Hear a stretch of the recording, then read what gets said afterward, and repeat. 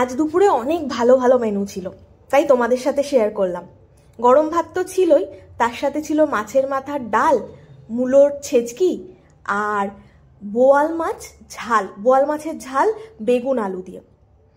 হাত ভেঙে একটা লাভ হয়েছে জানেন তো, কারণ যাই বায়না করছি, যাই খেতে চাইছি না কেন, সেটাই মা বানাচ্ছে।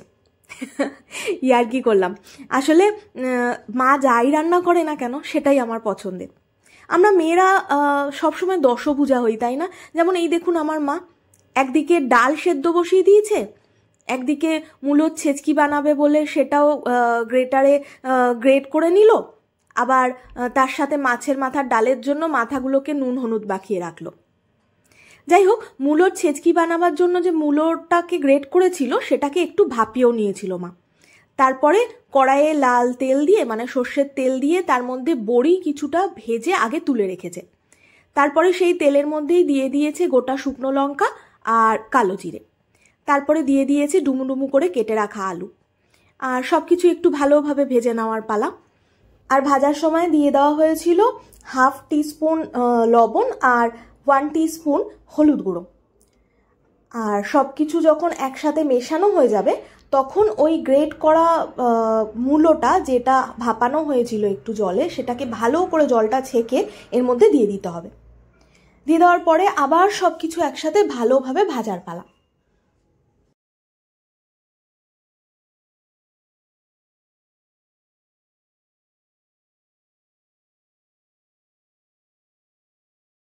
মূলোটা তো আগেই ভাপানো হয়েছিল, কিন্তু সেটা পুরোপুরি তখন সেদ্ধ করা হয়নি, তাই ভালোভাবে যাতে সেদ্ধ হয়ে যায় সেই জন্য এখন অল্প একটু, মানে 1/2 কাপ মতো উষ্ণ গরম জল এর মধ্যে দিয়ে একটু ভালোভাবে মিশিয়ে নিয়ে ঢেকে রাখলেই, 5-10 মিনিটের জন্য ঢেকে রাখলেই কিন্তু মূলোটা সেদ্ধ হয়ে যাবে, কারণ গ্রেটারে খুব ভালোভাবে গ্রেট করা হয়েছিল।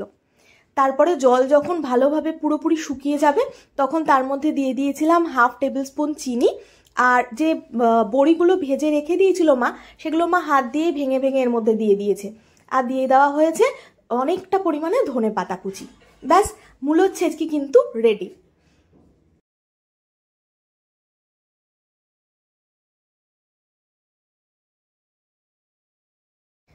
একটা আইটেম রান্না তো শেষ, সেকেন্ড আইটেম মানে মাছের মাথার ডাল করার জন্য মা আবার কড়াইয়ের মধ্যে দিয়ে দিয়েছে বেশ অনেকটা পরিমাণে সর্ষের তেল। তারপরে একটাই মাছের মাথা, যেটা 4 খণ্ড করে কেটে আনা হয়েছিল, সেটাকে ভালোভাবে ভেজে নেওয়ার পালা।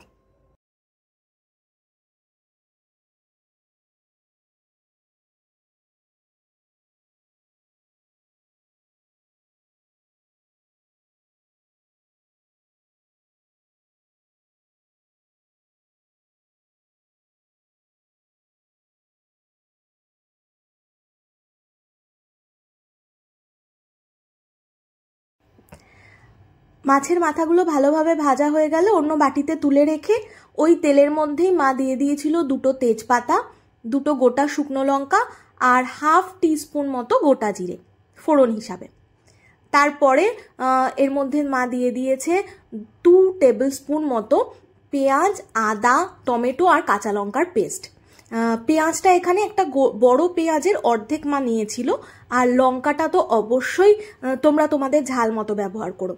আর সাথে দিয়ে দিয়েছিল 1 টিস্পুন ধনে গুঁড়ো, 1 টিস্পুন জিরে গুঁড়ো আর 1 টিস্পুন হলুদ গুঁড়ো।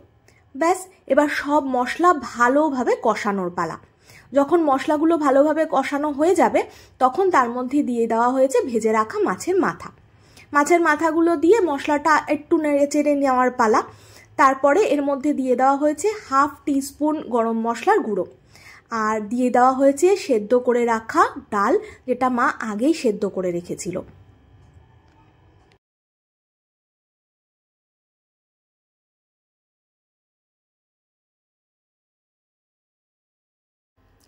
সব জিনিসগুলো যখন ভালোভাবে মিশে যাবে, মাথার সাথে যখন মশলাগুলো ভালোভাবে মিশে যাবে, তখন তার মধ্যে দিয়ে দেওয়া হয়েছে উষ্ণ গরম জল। গরম জল দিয়ে সব জিনিসগুলো ভালোভাবে আবার নাড়াচাড়া করে নিয়ে 5-10 মিনিটের জন্য ঢেকে দেওয়ার পালা। 5-10 মিনিটের পর ঢাকনা সরিয়ে দিয়ে তার মধ্যে 1/2 টেবিল স্পুন চিনি আর 1 টিস্পুন গরম মশলার গুঁড়ো দিয়ে দিলেই আমাদের মাছের মাথার ডাল কিন্তু একদম রেডি। আর এরপরে থার্ড আইটেম রান্নার পালা। থার্ড আইটেম রান্নার জন্য আবার মা কড়াইয়ের মধ্যে দিয়ে দিয়েছে সর্ষের তেল, আর তার মধ্যে দিয়েছে 1 চিমটে নুন, যাতে মাছ ভাজার সময় তেল ছিটকে না আসে। কারণ এই বোয়াল মাছ ভীষণ ফাটে, আমিও রান্না করে দেখেছি, বোয়াল মাছ কিন্তু ভীষণ ফাটে। যাই হোক, এই বোয়াল মাছও মা আগে একটু ভালো করে ধুয়ে নুন হলুদ মাখিয়ে রেখেছিল। আর দেখো বারবার ঢেকে ঢেকে ভাজছে, যাতে তেল ছিটকে না আসে, বা ফাটলে যাতে গায়ে তেল ছিটকে পড়ে ফোসকা না পড়ে।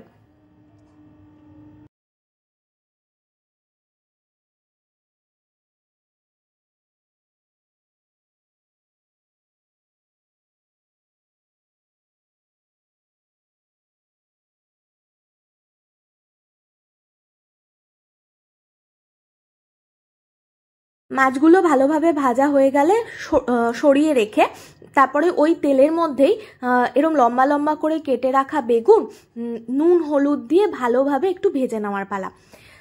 তেল কিন্তু বেশি ছিল না, কিন্তু মা বলল ওই তেলেই রান্না করবে, বেগুনগুলো ভাজবে, কারণ বেগুনে যতই তেল দেওয়া হোক না কেন বেগুন টেনে নেয়। তাই মা একটু ঢেকে ঢেকে রান্না করেছে, বেগুনটা মানে ভেজেছে। ঢেকে ঢেকে করার জন্য বেগুনগুলো একটু সফটও হয়ে গেছে, আবার ভাজাও হয়ে গেছে। তারপরে বেগুনগুলো তুলে নিয়ে আবার তার মধ্যে একটুখানি তেল দিয়ে দিয়েছে।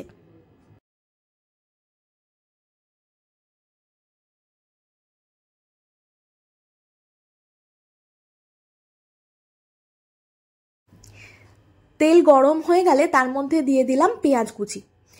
যে অর্ধেক পেঁয়াজ কুচি দিয়েছিলাম ডালের জন্য, মাছের মাথার ডালের, বাকি অর্ধেকটা এই মাছের জন্য দিয়েছি, কারণ মাছ খুব কমই ছিল, 3 পিস মাছ। পেঁয়াজগুলো যখন একটু ব্রাউন ব্রাউন হয়ে যাবে তখন তার মধ্যে দিয়ে দেওয়া হয়েছে 2 টেবিল স্পুন মতো আদা রসুন টমেটো আর কাঁচা লঙ্কার পেস্ট। আর তার মধ্যে দেওয়া হয়েছে স্বাদ মতো মানে হাফ টিস্পুন লবণ আর হাফ টিস্পুন হলুদ গুঁড়ো।